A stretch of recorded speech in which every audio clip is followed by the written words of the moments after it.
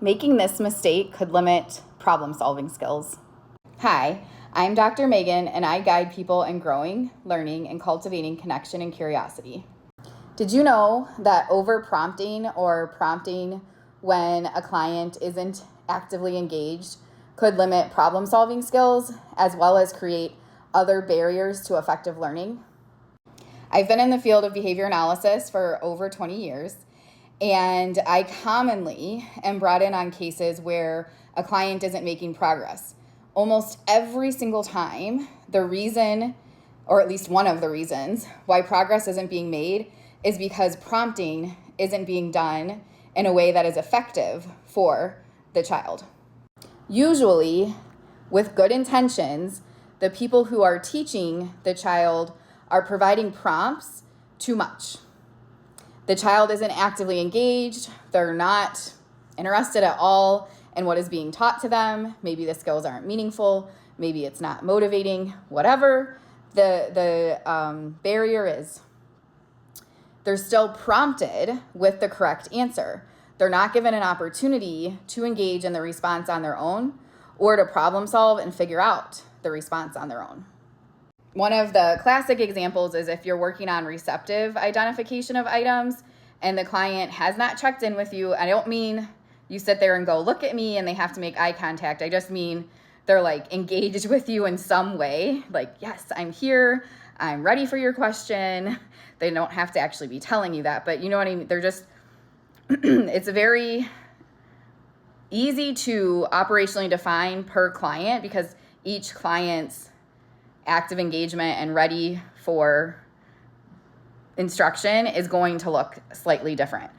Point is, none of that is assessed or accounted for prior to presenting the instruction. The instruction is presented, the client may or may not touch an item, and then the instruction is presented again with usually a full physical or a very intrusive prompt.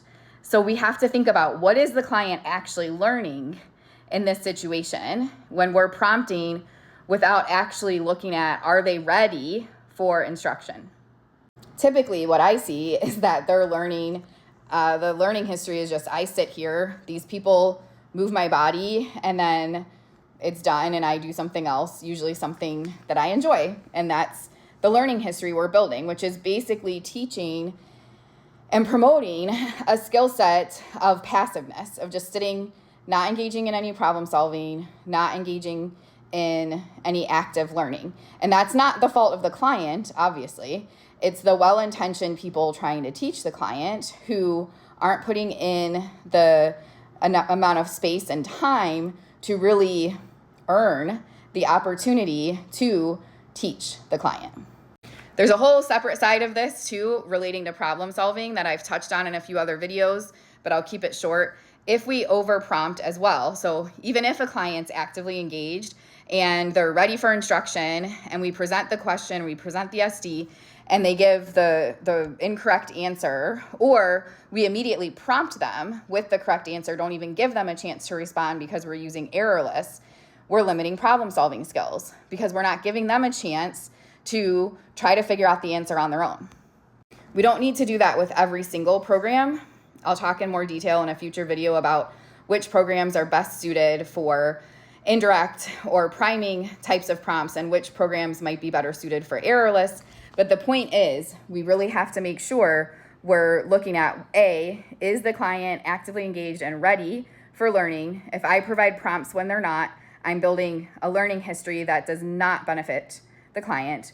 And I need to look at, is this a skill that involves some level of derived relational responding, problem solving, pulling from learning history to figure out the answer? And if it is, then I probably should be limiting my prompts, and I definitely shouldn't be using errorless. If you find this conversation helpful, I'm definitely going to keep talking about it, so please give me a follow.